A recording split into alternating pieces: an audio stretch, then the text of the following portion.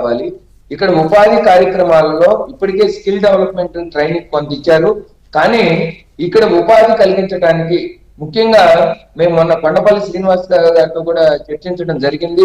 ఏదైతే MSME units ఉన్నాయో వాటన్నిటిని కూడా ఇక్కడ కేవలం ప్రజలందరినీ ఖాళీగా ఉంచడం కంటే కూడా ఎంఎస్ఎంఐ ఫుడ్ ప్రాసెసింగ్ యూనిట్స్ లో కానివ్వండి, వీటిల్లో కానివ్వండి, వీటిని పెద్ద ఎత్తున ఈ ప్రాంతంలో చేపట్టాలి. చేపడితే ఇటు భూములు ఇచ్చినటువంటి రైతులు ఎంటర్ప్రెన్యూర్లుగా మారడానికి అవకాశం ఉంది. అదే విధంగా గతంలో ఏ విధంగా అయితే రైతులకి రైతు కూలీలకి మధ్య సత్సంబంధాలు ఉన్నాయో ఆ అంతరాలు ఏర్పడకుండా ఉండాలి అంటే మళ్ళీ ఇక్కడ ఫుడ్ ప్రాసెసింగ్ యూనిట్స్ కానివ్వండి, ఈ ప్రాంతంలో ఏదైనా చేయగలిగినటువంటి వాటన్నిటికీ ట్రైనింగ్ ఇచ్చి ఆ సంస్థలను ఇక్కడ నెలకొల్పితే ఎంటర్ప్రెన్యూర్స్ ఒక యూనిటీగా ఏర్పడి వాళ్ళు సంస్థలు ఏర్పాటు చేస్తారు. దాని ద్వారా ఈ ప్రాంతంలో ఉన్నటువంటి రైతు కూలీలందరికీ కూడా ఉపాధి దొరుకుతుంది. దానికి ప్రభుత్వం ఒక అనుసంధానకర్తగా వ్యవహరించి ఎంఎస్ఎంఈ యూనిట్స్ ని ఏర్పాటు చేయడానికి దోహదం చేయమని మేము అడిగినప్పుడు వారు కూడా సానుకూలంగా స్పందించారు. ముఖ్యమంత్రి గారితో చర్చించి ఆ విధంగా ఎంప్లాయ్మెంట్ ఏర్పాటు చేస్తామని చెప్పడం జరిగింది.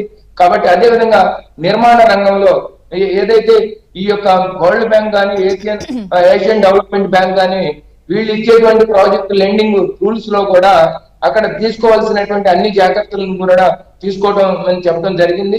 దాని మీద ఒక సామాజిక మదింపు ఒక సమావేశాన్ని కూడా ఏర్పాటు చేసి మా అందరి దగ్గర అభిప్రాయాలను కూడా తీసుకోవడం జరిగింది. దానికి అనుగుణంగా ఏమేమి జాగ్రత్తలు తీసుకోవాలి నిర్మాణం చేసేటప్పుడు అనేటువంటి తీసుకున్నారు. కాబట్టి మొట్టమొదటగా సుధాకర్ గారు ఈ సమస్యలన్నీ చెప్తున్నారు కదా, అన్ని ప్రభుత్వము చంద్రబాబు గారు ఆయన బ్రాండ్ ఇమేజ్ ఆయన చొరవతోనే చెయ్యాలా, లేకపోతే మీ సైడ్ నుంచి ఏమి ఉండదా? అన్ని వాళ్ళే కల్పించుకోవాలంటారా? అంటే తప్పించుకోవడం ఇక్కడ ఏంటంటే అండి, మనకి మేము అడిగింది కూడా వాళ్ళ సహకారాన్ని ఏదైతే ఆ కనెక్టివిటీని ఎంఎస్ఎంఈ మేము కూడా కొన్ని సమస్యల మీద మా యొక్క బాధ్యతగా కూడా అక్కడ ఐటీ కార్యాచరణ సమితి బాధ్యతగా కూడా కొన్ని కార్యక్రమాలు చేపడుతూనే ఉన్నాం. అందరికి ఈ ఎంటర్ప్రెన్యూర్ ప్రోగ్రామ్స్ ని ఏర్పాటు చేయించి ఏ విధంగా ఎంటర్ప్రెన్యూర్ కావాలి, ఆ విధంగా ఏ విధమైనటువంటి ఇక్కడ ఉపాధి మనంతటికి మనం కూడా కల్పించేటువంటి ఉపాధి కార్యక్రమాలు కూడా చేసే విధంగా, అదే విధంగా నిర్మాణ కార్యక్రమాల్లో కూడా మాకు తోచినటువంటి మేము ఏదైతే ఈ ప్రాంత వాసులుగా చేయగలిగిందో అంటే ఒక జట్టుగా ఒక 10 మంది రైతులు అలా ఏర్పడి ఏమన్నా డెవలప్మెంట్ కి ఇవ్వడాలు అలాంటి ఏమైనా చేస్తారా? తప్పకుండా అండి. మేము అడిగేది ఏంటంటే మీతో పాటుగా ప్యారలల్ గా మా యొక్క లేఅవుట్ లో కూడా ఈ కచ్చా రోడ్డు నిర్మాణం కానివ్వండి, లేకపోతే తాత్కాలిక విద్యుత్ కనెక్షన్ కానివ్వండి, లేకపోతే ఈ కచ్చా రోడ్లు ఏర్పాటు చేసి వాటర్ కనెక్షన్ కనుక ఇస్తే ప్రభుత్వము తన యొక్క గవర్నమెంట్ కాంప్లెక్స్ ని నిర్మాణం చేసుకునే సమయంలోనే మేము కూడా డెవలప్మెంట్ యాక్టివిటీస్ చేసుకుంటాం. మా యొక్క ప్లాట్లలో కూడా డెవలప్మెంట్ యాక్టివిటీస్ జరిగితే సమాంతరంగా రాజధాని అభివృద్ధి చెందుతుంది.